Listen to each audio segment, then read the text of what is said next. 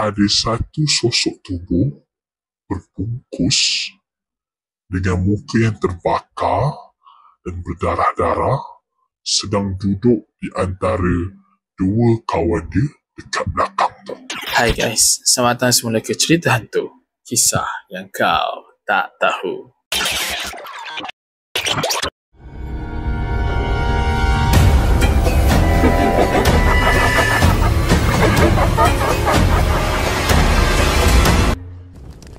Bismillahirrahmanirrahim. Wa qur rabbi a'udzu bika min hamazatis syayatin wa a'udzu bika rabbi an yahdurun. Dan katakanlah, wahai Tuhanku, aku berlindung kepadamu dari hasutan syaitan-syaitan, dan aku berlindung kepadamu, wahai Tuhanku, supaya syaitan-syaitan itu tidak menghampiri. Hai guys, Assalamualaikum. Selamat datang semula ke K Studios untuk cerita hantu, kisah yang kau tak tahu. Dan bersama dengan anda hari ini tak lain dan tak bukan host anda, Kai. Apa khabar semua? Sihat ke? Kepada mereka yang sentiasa setia bersama dengan K Studios, thank you so much guys, kerana tanpa korang Kai takkan ada kat sini. Dan kepada mereka yang baru saja datang ke K Studios, hai guys, selamat datang ke K Studios untuk cerita hantu, kisah yang kau tak tahu. Dan kepada mereka yang di luar sana yang sedang menonton ni, yang belum subscribe lagi ke K Studios, jangan lupa untuk subscribe, turn on bell notification dan share video ini kepada semua rakan-rakan seram seekers anda. Okey, jadi untuk cerita hari ini Kai agak excited sikit sebab untuk kali pertamanya ada juga orang yang DM Kai yang menceritakan tentang pengalaman seram dia. Thank you so much lah. Ya Allah guys, macam agak terharu lah sebab dah lama buat ni kan. So ni orang pertama yang orang luar yang memang Kai tak kenal yang DM Kai dan sharekan cerita seram dia dekat Kai. So, hari ni akan ada dua cerita yang Kai akan ceritakan dengan korang.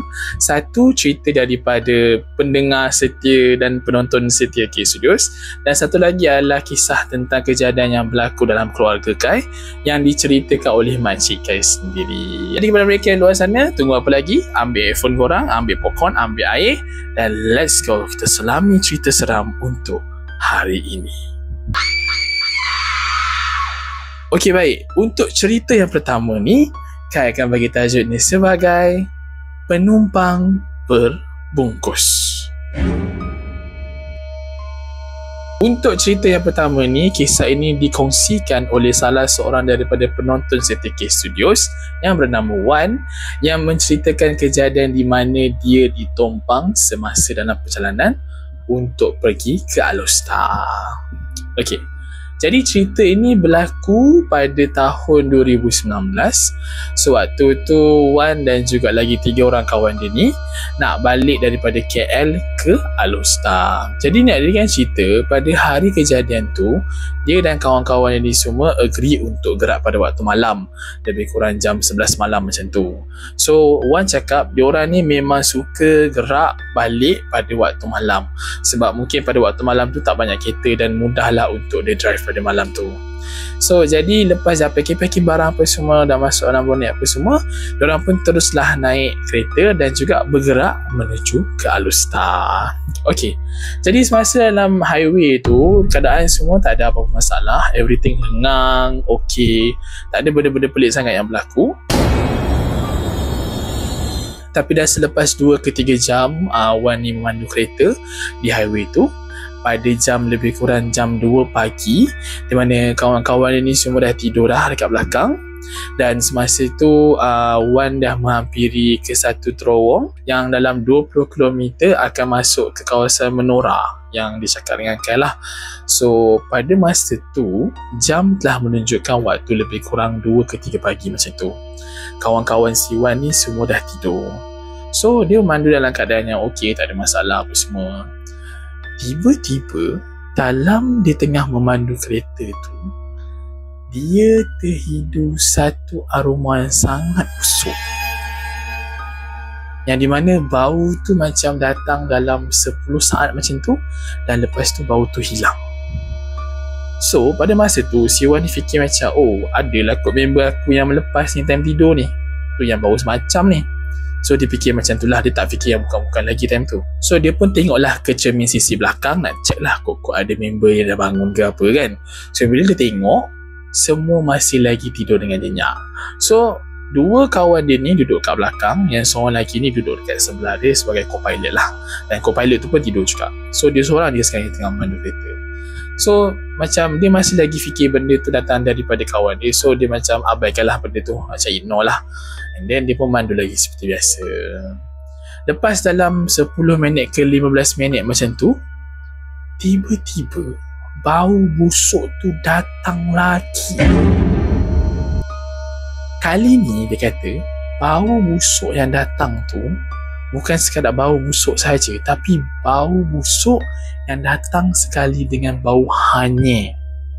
Macam ada bangkai, macam bau busuk macam tu. Jadi Wan ni dah start fikir yang bukan-bukan dah. Aduh cakap, aduh apa benda lah pula ni Apa benda lah pula ni yang datang ni tiba-tiba ni. Aduh so takutlah kan, sebab dah bau semacam tadi ada bau, dan lepas tu ada bau lagi. So dia macam dah start fikir yang bukan-bukan dah ni. Otak dia dah start fikir apa benda ni kan. So tiba-tiba si Wan ni terasa untuk pandang belakang. Maksudnya untuk tengok sisi, untuk tengok belakang. Dia macam terpanggil untuk pandang ke arah belakang. Jadi bila si Wan ni toleh mata dia untuk tengok ke arah cermin sisi belakang, apa yang dia nampak adalah ada satu sosok tubuh berbungkus dengan muka yang terbakar dan berdarah-darah sedang duduk di antara dua kawan dia dekat belakang tu. Jadi pada masa tu Wan ni dah gelabah dah. Benda yang dia nampak tu sangat jelas. Macam literally dia boleh nampak muka dia, tapi muka dia terbakar and then macam ada kesan-kesan darah dekat muka dia. Dan dia confirmkan dengan Kai bahawasanya benda yang dia nampak tu adalah tak lain dan tak bukan Cik Bungkus. Dia dalam keadaan panik dengan takut dah, dia ni tinggal seorang-seorang pula tu, kawan-kawan dia semua tidur. So tanpa fikir panjang, dia terus tekan minyak dia, bawa laju-laju, dan sambil tengah bawa tu dia kejutkan member dia. Dan dia kejutkan member sebelah dia. Weh, bangun. Weh, bangun. Dia cuba nak kejutkan member belakang dia, dia panggil. Tapi semua tidur dengan nyenyak, tak bangun-bangun langsung. Jadi Wan ni teruskan memandu dan sampai kat satu kawasan ni, tiba-tiba kawan dia yang dekat sebelah dia ni, yang co-pilot ni terjaga, terus tengok depan and dia tanya Wan, kau dah kenapa bawa kereta dah laju ni? Lepas tu Wan cakap dengan dia, tak ada apa-apa, aku nak terkencing nak cek aku nak kencing ni. Dia bagi alasan macam tu lah. Dia tak cerita lagi dengan member dia apa yang berlaku. Sebab apa? Dia takut kalau dia cerita nanti keadaan akan jadi lagi kucak kacir. So dia pun teruskan mandu apa semua. Sampailah di satu R&R ni, dia berhenti untuk berehat sekejap dengan kawan-kawan dia apa semua, nak buang air, pergi buang air, dan rokok sekejap apa semua. Dan dia perhatikan juga kawasan sekeliling, adakah benda tu mengikut dia ataupun tidak. Jadi pada masa tu, Kai dah confirmkan dengan dia, tak ada apa-apa penampakan pun masa dia dekat R&R tu. Seriously, masa yang dalam kereta tadi tu je yang dia munculkan diri dia betul-betul. Dan itu je lah yang Wan nampak masa tu. Jadi sebab kawan ni macam dah letih, dah dengan gabranya tadi nampak benda lah tu, dia minta co-pilot ni untuk tukar dengan dia dan drive kereta tu sampai ke Alostar. Tapi kejadian tu tak berhenti sampai di situ saja.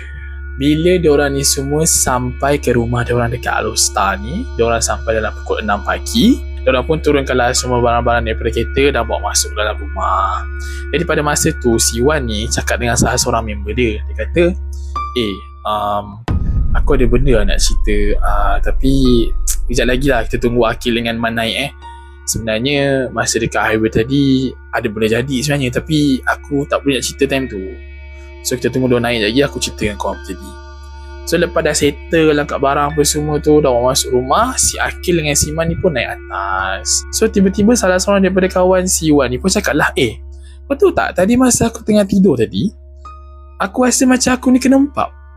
Co-pilot dia tu lah, aku macam kena empap. Aku dengar kau panggil aku, tapi aku tak boleh nak gerak langsung. Aku macam kena empap dengan hantu, kena tindih. So lepas tu si Wan ni pun bercerita lah dengan diorang apa yang berlaku, yang mana kejadian yang dia berjumpa dengan Cik Bungkus kat dalam kereta tu.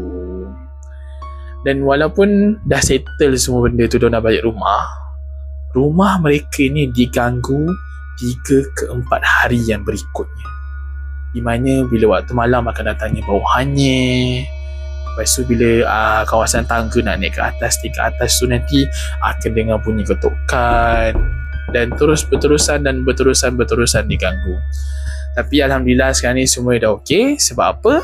Wan dengan kawan-kawan ni dah pindah rumah.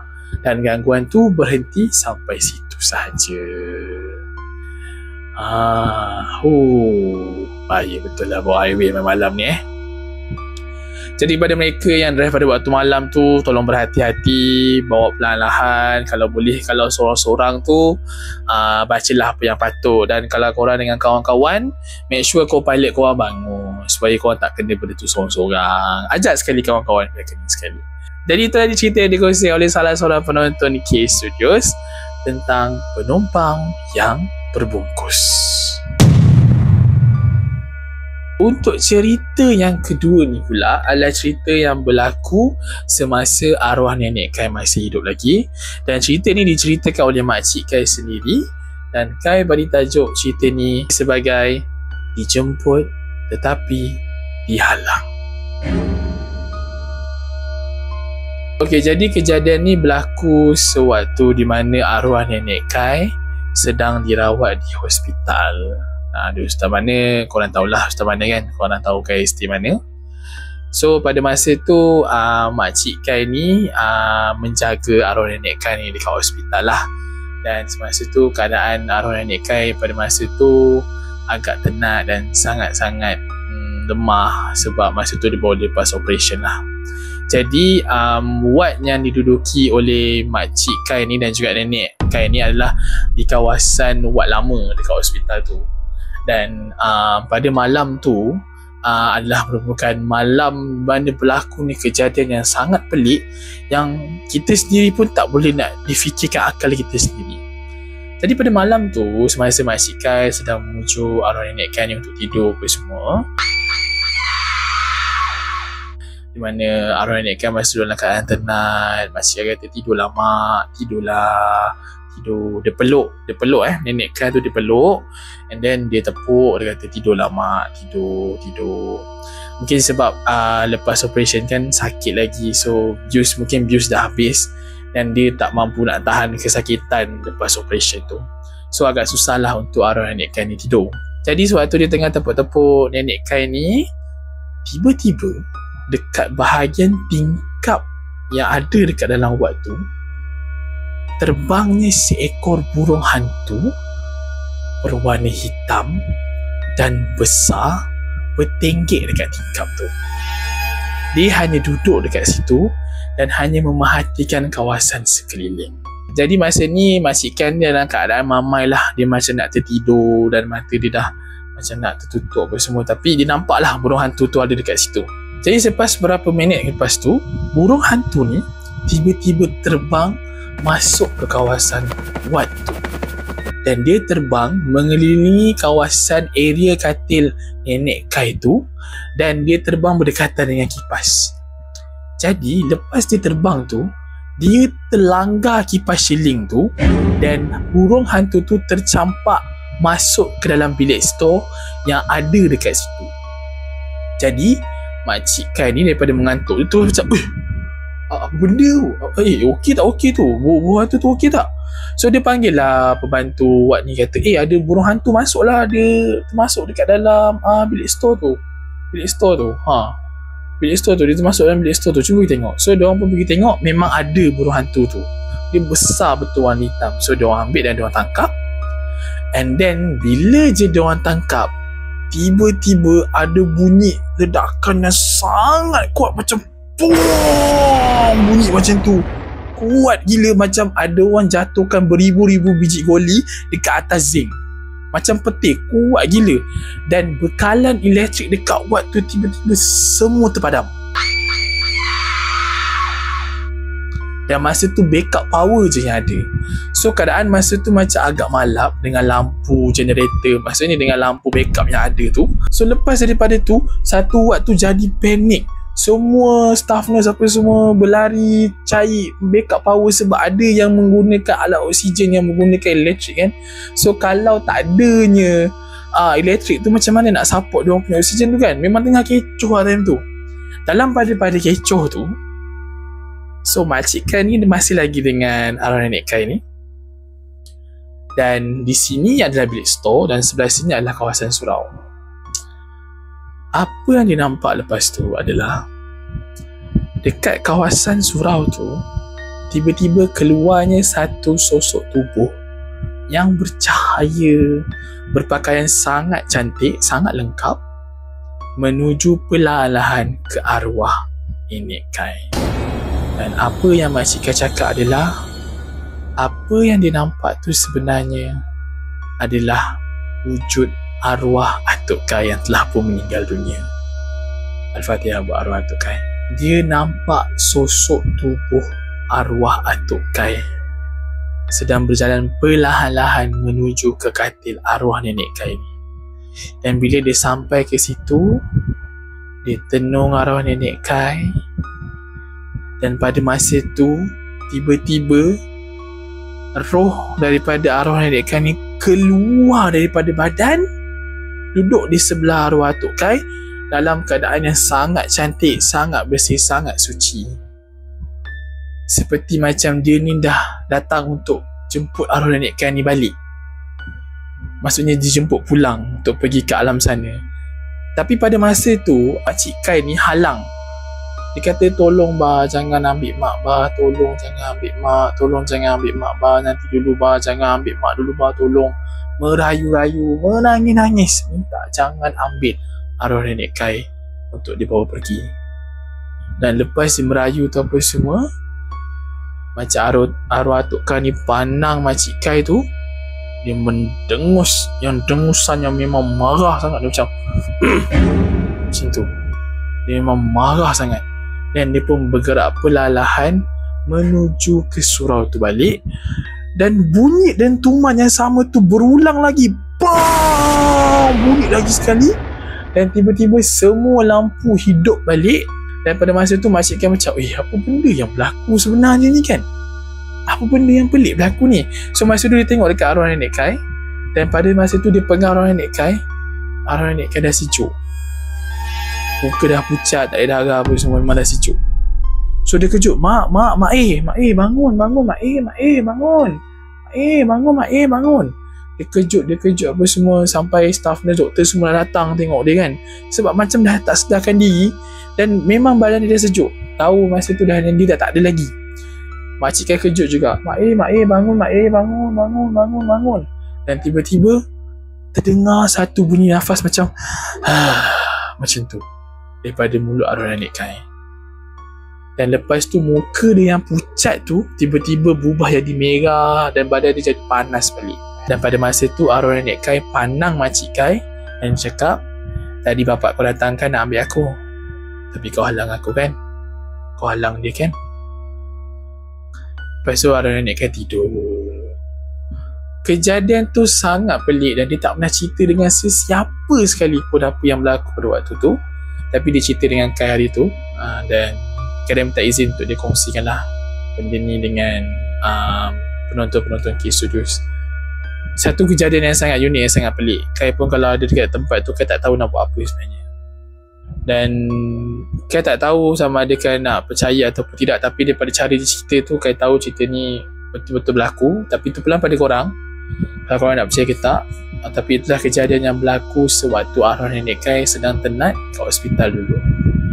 Dan itulah dia kisah yang kedua tentang dijemput tapi dihalang. Itu ada dua cerita daripada Kai untuk minggu ni, tentang penumpang yang berbungkus dan juga dijemput tetapi dihalang.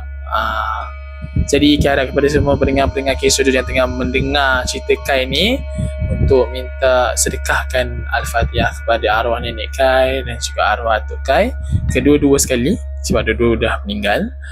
Dan semoga mereka tenang di sana dan ditempatkan di kalangan-kalangan orang yang beriman. Thank you so much.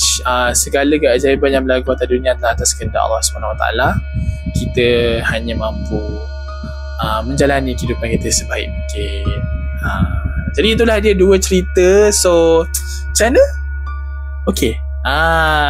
Jadi kepada mereka yang di luar sana nak berkongsikan cerita seram korang, jangan lupa untuk email di kai@gmail.com ataupun WhatsApp je nombor Kai di bawah ni.